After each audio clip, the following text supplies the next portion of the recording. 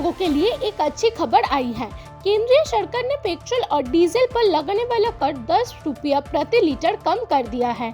ये फैसला इसलिए लिया गया है क्योंकि दुनिया भर में तेल के दाम बढ़ रहे हैं, जिससे हमारे देश में भी ईंधन महंगा हो रहा था।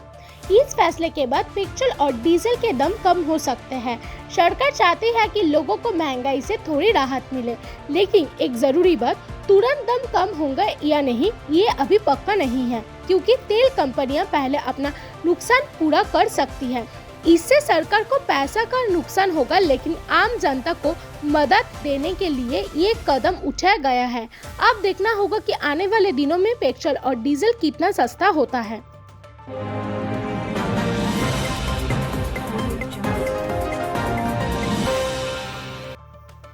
वेस्ट बंगाल असेंबली इलेक्शंस 2026 के पहले राजनीति और भी तेज हो गई है। इस बीच बीजेपी ने चीफ मिनिस्टर ममता बनर्जी के खिलाफ एक बड़ा कदम लेने का फैसला किया है। बीजेपी जल्दी ही एक चार्जशीट रिलीज करेगी, जिसमें ममता बनर्जी की सरकार की 14 बड़ी कमियां यानी फेलियर्स बताई जाएंगी। बीजेपी के मुताबिक राज्य में लॉ एंड ऑर्डर ठीक नहीं है, लोग अपने आप को सेफ फील नहीं करते, सरकार पर करप्शन के आरोप लग रहे हैं, नौकरी के मौके कम है यानी बेरोजगारी बढ़ रही है, सड़क, ड्रेनेज और शहरी सुविधाएं अच्छी नहीं है, सरकारी काम में ठीक से काम नहीं हो रहा है।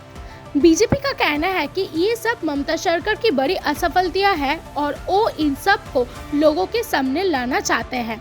दूसरी तरफ टीएमसी ने इन सब आरोप को गलत बताया है। उनका कहना है कि बीजेपी सिर्फ इलेक्शन के लिए ये सब बोल रही है। वेस्ट बंगाल में टोटल 294 सीट्स पर चुनाव होने वाले हैं और इस बार का इलेक्शन काफी टफ होने वाला है।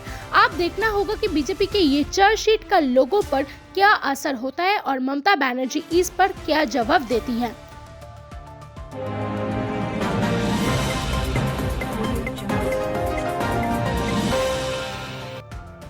वेस्ट बंगाल असेंबली इलेक्शन 2026 के पहले इलेक्शन कमीशन ऑफ इंडिया ने राज्य में 14 और रिटर्निंग ऑफिसर्स यानी ROS को तुरंत प्रभाव से ट्रांसफर करने का फैसला लिया है।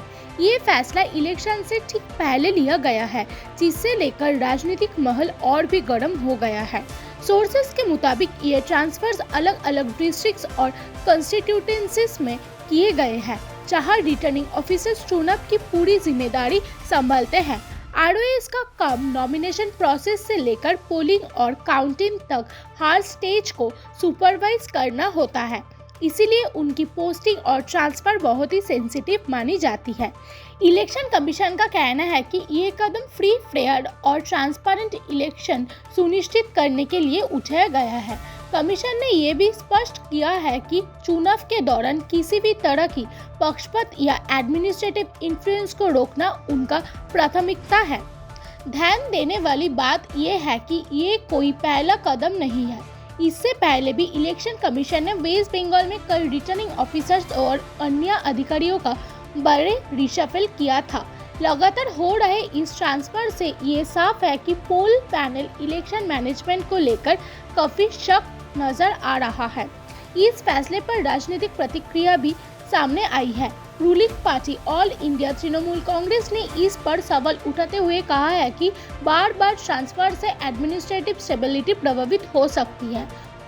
पार्टी ने टाइमिंग को लेकर भी अपनी चिंता व्यक्त की है। वही अपोजिशन पार्टीज खासकर बीजेपी इस कदम को फेयर इलेक्शन के लिए जरूरी बता रही है और कह रहे हैं कि इससे चुनाव प्रक्रिया में ट्रांसपेरेंसी बढ़ेगी।